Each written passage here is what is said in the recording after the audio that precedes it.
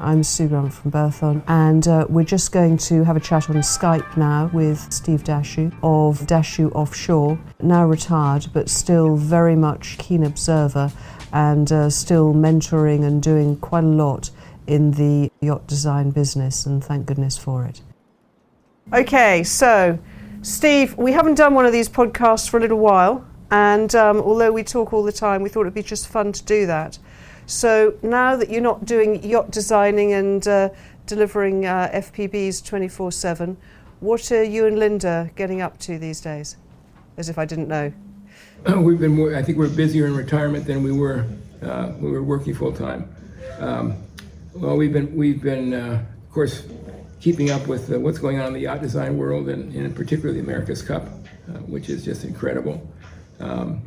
We've been spending quite a bit of time on our photography, which we've never had time in the past to pursue as much as we would like to. Doing a little consulting, and we've taken a Ford truck and put a camper on it and totally redone the camper with yacht style systems. And then a land yacht. Land yacht for sure. And so Linda decided that the interior aesthetics were lacking, so we ended up putting a whole new interior in it. Yeah, and it's got a rib as well that goes behind it.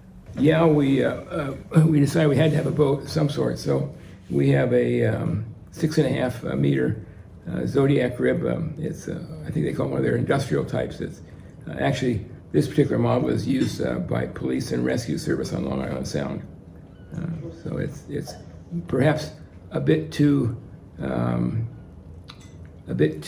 aggressive for the Arizona lakes, but it gets us on the water. Perfect, fantastic. And one of the things that we notice, and you and I have chatted about, is that since we stopped accepting orders for FPBs, there've been certainly a growth, exponential growth in the Explorer yacht market.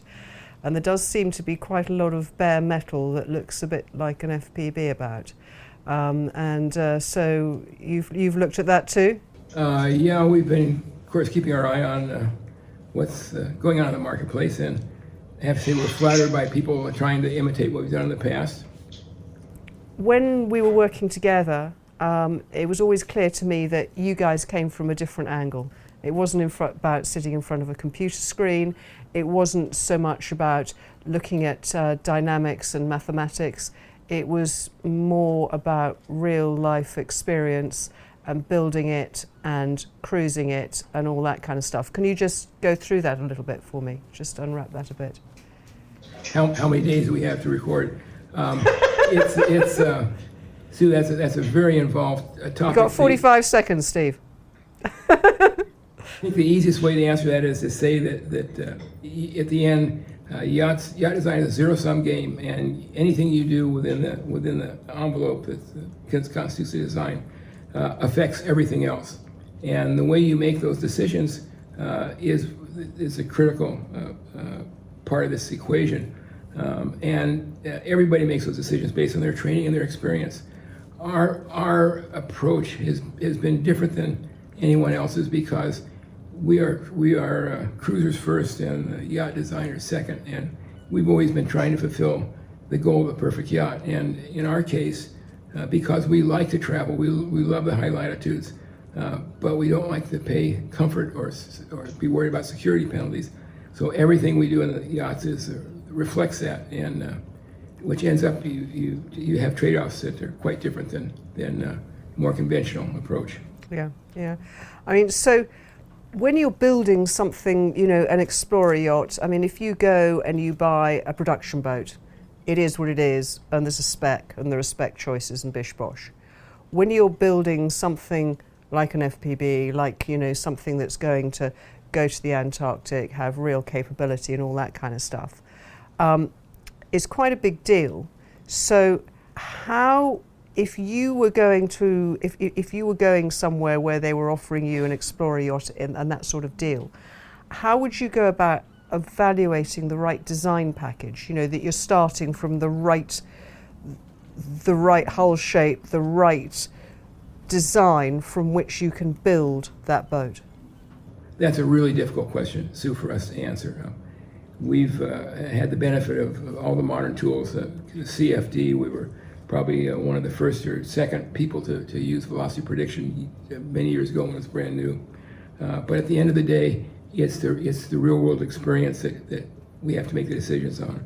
No matter what the computing power, it doesn't tell you what happens in rough water. It doesn't tell you what it feels like after you've been going to windward for 3 or 4 days into a crossing head sea and have 3 or 4 more days to go, and what you feel like when you're on that passage.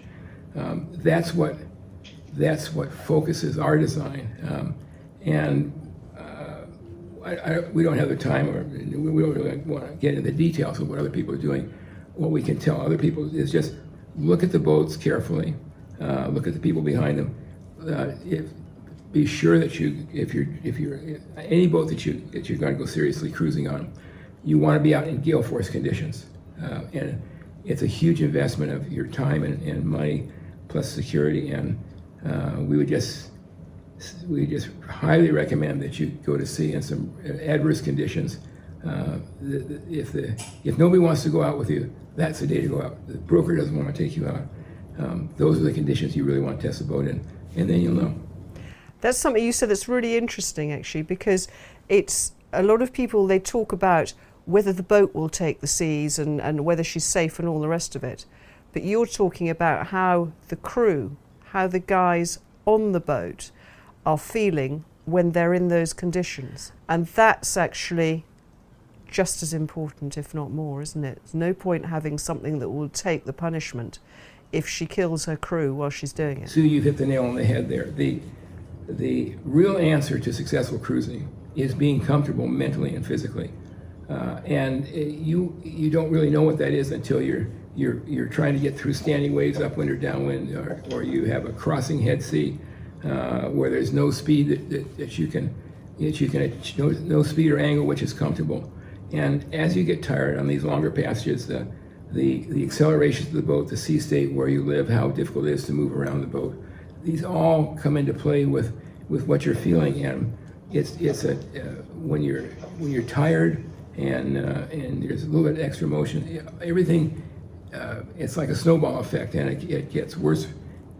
Gets worse very quickly mentally, and so the ability to rest, the mental to have the ability to have mental security that you know that you can outrun the weather conditions, that you can maintain your high average speeds, that your systems are secure but accessible if you need to get to them.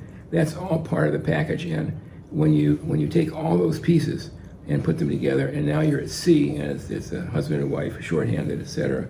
The way that those pieces go together, and the way that you're experiencing those long passages, if you're comfortable, then it's like, okay, let's go. No worries. It's just a couple thousand miles here or there.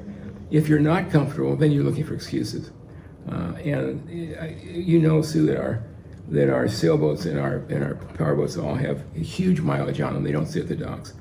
People that buy those boats, new and used, are looking for boats to go places on. And the reason they go places on is because the trade-offs we make are all oriented towards seagoing comfort and security and average boat speed. Now, it's a zero-sum game, so when you do that, you give up a little interior space, which you have to make up for with a little bit longer waterline. But at the end of the day, if you want to go places, there's really no other way to do it. You have to have steering control. You have to have the ability to maintain these high average speeds, because that's how you make the weather work for you. And you have to have a hull shape which, above all, is comfortable in all sea states. If you miss on any of those points, then people will not be comfortable, and they'll look for excuses.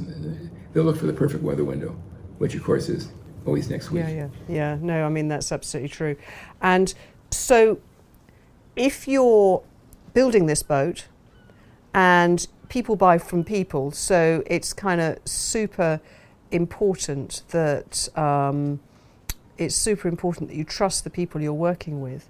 But nonetheless, when you are buying something where, you know, there isn't another one in the world. It's not like an FPB where if you buy an FPB 64, there are 11 in the world, and so there never will be a 12th, but if there were, you'd know have characteristics because there are literally hundreds of thousands of sea miles under those boats. But say you're building this boat and there's one or two on the water or none on the water, what data would you absolutely insist on seeing as being really important before you commissioned a build? Sue, that's a really tough question, and a good one, obviously, because when you're starting out from scratch, it's a lot of money that you're putting on the table, and you don't have it's particularly difficult if you don't have a chance to go to sea on another boat. So I'm not sure how I would answer that for other people. In our case, we've always built the first boat in a series for ourselves. Well, look at Windhorse. I mean, you were that soldier. You and Linda were those soldiers. You started out, you knew the designer quite well, but what did you absolutely, what was really important? Because she was a whole new thing. You didn't know whether motorboats were going to work. You didn't even like them. You could say that Windhorse was a huge risk for us because we hadn't done a boat like that. We certainly had several of our friends. We have several good friends who are very talented designers, and they told us it wouldn't work. The problem the major problem that we face and that everybody else buying one of these boats is going to face is how do you put together a yacht which will recover from a capsize, that has a good stability curve for that's comfortable in a seagoing form. It's common and it's easy in sailboats because you've got a keel, you've got a rig, you have high polar moments, etc. But when you have a powerboat, the way that most powerboats are done, with the exception of surf rescue craft, they typically do not have stability past about 60 to 70 degrees. And for example, on passenger liners, on big ships, they have ballast tanks up high to reduce the stability, because if the stability is too high, their motion is too quick. Now, that's the tricky part. How do you design a hull shape that both recovers from a capsize and is comfortable without a keel or mast? That was the part of the equation with Windhorse that we were struggling with, because as far as efficiency goes, I mean, our sailboats all powered for more miles much more efficiently and faster than any of the trawlers did. So that was easy. It was a comfort equation that was difficult, and we spent almost a year working 18 to 20 hours a day, 7 days a week, looking at literally thousands of configurations. And I mean, Linda was, we work at home. Linda was bringing my meals to the office. It was a very stressful period because we were, A, we're talking about a lot of money, and B, people were saying this wasn't going to work. We knew we knew the propulsion part was easy. It was the motion equation. Well, I remember people saying, that guy Dashew's designing a motorboat, it's not going to work. I remember that. So all of the ratios are different than normal motorboats, and that's why. But you can't, if you have conventional ratios, you don't have the comfort. So when we designed Windhorse, we spent time in the tank. We did CFD work. We did all kinds of theoretical, spent a significant amount of time and money on this theoretical analysis to try and buy ourselves some comfort, some insurance. She was so much more comfortable than we had anticipated that made me uncomfortable, because and we weren't really ready to do another boat until we understood what it was, what the ingredients were that went into making her such a wonderful boat at sea. And it took us about probably 15,000-20,000 miles on the boat before we really I really felt comfortable. I understood the ingredients, and that's when we started the 64. Right. Okay. So we met in 2008 on a horrible morning, raining, dull, in Berthon, Lymington Marina. It was just you and Linda on board the boat. Do you remember that? Do I remember a typical summer day? And In England, yes. There has to be a reason why everybody moved to the New World and all the foul weather gear is designed in the UK. I think I know what that is. Yeah, that was, that trip was really a good example of what a comfortable seaboat will do for you. At the end of 2007, we didn't have a plan, and we said, what are we going to do next year? And somebody had mentioned, having been to Greenland, what a wonderful place it was. We thought, geez, let's go to Greenland. Well, we were in Southern California. That seems like a rather long way away. But the reality is, when you start looking at the passages, it's 10 easy days to Panama. From Panama, it's 4 easy days to the Bahamas. From the Bahamas, it's 3 or 4 easy days, picking your weather course, to northeastern Canada. And then you have some time to work your way up through the Straits of Belle Isle and whatever time if you're passing straight through, that's just a couple of days. And then you're 3 days from Greenland. I mean, it's still simple. And when you're in Greenland, you're 5 days from Ireland.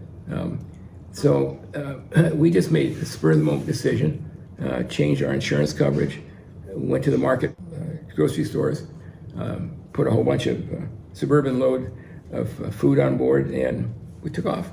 It was that easy. And, peanut butter. Yeah, definitely peanut butter. Yeah. So, and that was quite amazing, because when we saw you, most people say, well, that was what? I think it's close to 10,000 miles that we'd done in, let's see, we left in February and we saw you in September, right? So, Yeah. And we were rested. We didn't feel rushed. We had as much time as we got a good look at Greenland.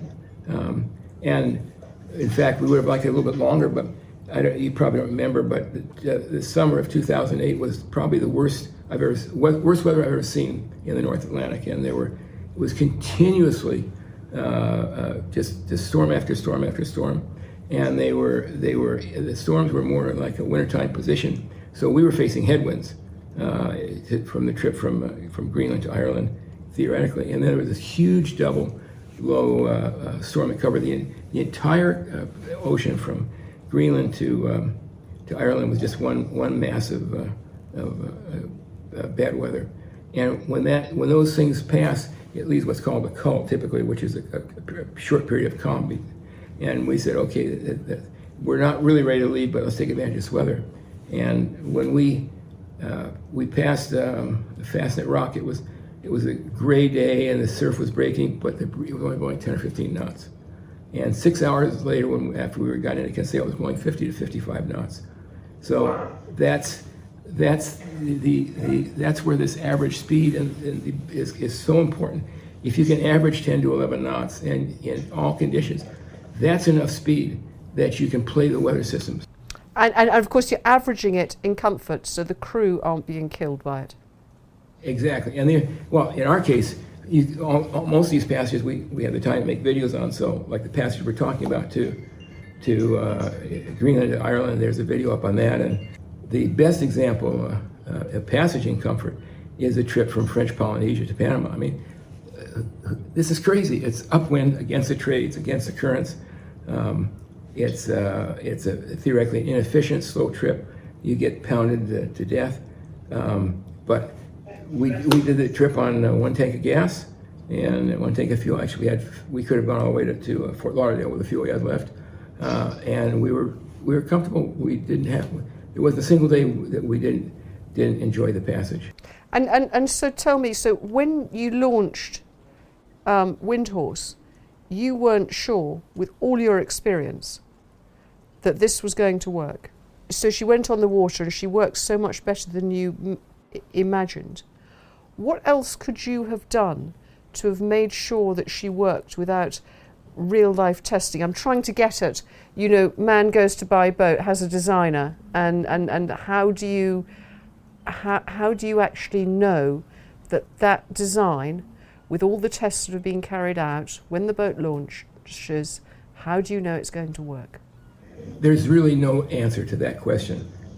If you have not done this before, then you're taking a risk, because the CFD work doesn't really tell you what's going to happen in a seaway. What happen, even if you go to the tanks, the big tanks with waves like Marin and Holland, you have the Reynolds number scale effects. It's very difficult to interpret the data, and your comfort issues and your security issues never come from a single set of waves. They come from crossing sea states, and that's what gets you both in trouble and makes it very difficult to make efficient progress. So in our case, with Windhorse, we knew we were taking a risk. I mean, we were rolling it. That was a lot of money for us that we were taking a chance with. But what we thought was that we knew we would be more comfortable upwind than our sailing. That was a given. And we had a whole series of different types of boats and different types of hull shapes, from which we had upwind experience, and so we weren't coming at it blind. But the thing that surprised us so much was how comfortable Windhorse was off the wind, and in particular, and how well she surfed. That was much better than what people expected, and it told us what to expect because of the hull shape we were using. So when you, if in our case, what we've done, each design has been a little different, and so there's what we're doing. The last boats we did were entirely different than what we started out with. Then that's based on refining the concept. But that, of course, is not taking the risk, because by this time you know what you're doing, because Windhorse has been the trailblazer, and then come the 64s, then comes Iceberg, then the 78, and so on and so on. So actually, when you're buying something that's part of a series, the designer gets it, but particularly a designer who hops on the boat and cruises her for 60,000 miles. Well, so the best example I give you of that is steering control. So as you've heard us talk about before ad nauseum, steering control is that's the holy grail. It's what controls your safety when you're jogging into a force 9 or 10 storm, and you've got crossing sea states, and it's what allows you to surf at speed, and what dictates how fast you can surf or what conditions you can surf or can't surf in, and that's surfing is there's so many variables involved, because you have it's not a single set of waves. What's the problem is when you have a crossing sea state. For example, the video we have up on Cochise. When we were doing sea trials, heading up the Bay of Islands, where we had this quickly rising gale, and we got up to blowing in the low 50s. And it was easy, and the steering was no problem. It was great fun until we started closing with the Bay of Islands. And then we had it's an ironbound coast, and so we had waves reflecting back from the foreshore at various angles. And you have this chaotic sea state. There's no way to model that. You just have to go through it. And so the variables involved in that are like the depth of your forefoot, the size of your rudders, the shape of the hull, and whether it develops lift or not. Because if you can, it's very difficult to have a bow which penetrates and a bow which lifts. There's sort of opposite ends of the spectrum. But if you can get a bow that lifts at speed, as the boat accelerates, you don't lose control. And but you never know for sure. There's always risk there. So, I mean, Cochise was based on a progression of previous designs for one speed. A week of data for one speed. I mean, it would take you years or a huge computer farm to try and model in rough water. But when you go out and you do it, then you have a basis point. And so the thing that as we've gone along, as we push designs towards more comfort, some of those approaches that you take typically reduce your ability to steer the boat. And you can't do that, because if you can't steer, then you can't you have to stop running sooner. You're afraid of surfing, etc.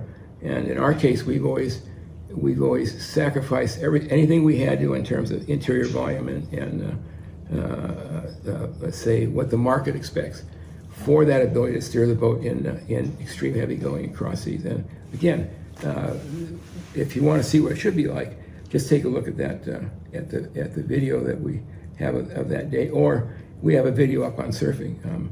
We were really surprised to learn that many of our owners were afraid to surf, which just stunned us. And when we investigated that further, was if you come from a conventional powerboat design, you equate surfing with broaching, and broaching with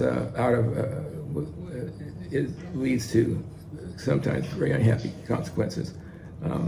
So they were afraid to let the boat surf, which is actually the safest way to use our boats, is to keep them at speed. Well, as we know, going fast is a lot more fun than going slowly. So a hell of a lot safer. And the other point I want, we referred to touch on this briefly before, but and this is something we learned with Beowulf as the weather routing software has gotten better and the weather modeling has gotten better. If you have sufficient boat speed, you can make the weather work for you and avoid the bad stuff. And again, it comes back to average boat speed. If you can average, 10 knots, 9.5 knots is kind of the absolute minimum. And as you go up from there, you get better and better control. And that's how, for example, when we took Beowulf from French Polynesia, when we took Beowulf from New Zealand to French Polynesia, it was a wintertime passage. The weather is normally quite foul, and the highs hadn't dropped yet. So we were again in one of these situations. We were facing headwinds, and then we had a high come through in the right position, and we said we're off, and we rode one single high pressure system all the way from Auckland, New Zealand, to the Austral Islands, 2,000 miles. Before and after that, it was just chaotic and upwind, but that one system got us all the way there. We want to do the same thing on the power boats, because if you can pick your weather and stay with it, then it's more comfortable, way more fun, and that combination of fun and security is why people put so many miles on our boats. So, in conclusion, all that is metal is not quite the same, and it's a lot more fun to go fast than it is to go slowly, and steering control is all. That's well put. Traditionally, motor yachts carry their lines quite full aft, and that has a very negative consequence. Well, it's great for interior volume. Well, yeah, so that's what we were saying before. You can't have it all. It's a zero-sum game. If you want the interior volume and you don't get it by lengthening the boat, then what happens is you have what we call a fat ass on the boat. There's some performance advantages in smooth water, theoretically, but when the time comes to head upwind or to surf, and you get across sea, they're far less comfortable, and you run out of steering control much earlier. But it's a trade-off. It makes sense if you're doing a boat for short passages, but for us in our clients anyway, it doesn't make sense, just because we would the volume doesn't help you if you're not going anywhere, unless that's your goal. If you're happy with sitting at the dock, then that's cool. Okay. Well, Steve, thank you so much. It's always fab to speak to you, and every time we do that, we have quite a lot to do with FPB and the resales and stuff. I just remember again why it is that they are very cool boats. Thank you. Well, thank you, Sue. It's always a pleasure to talk boats with you.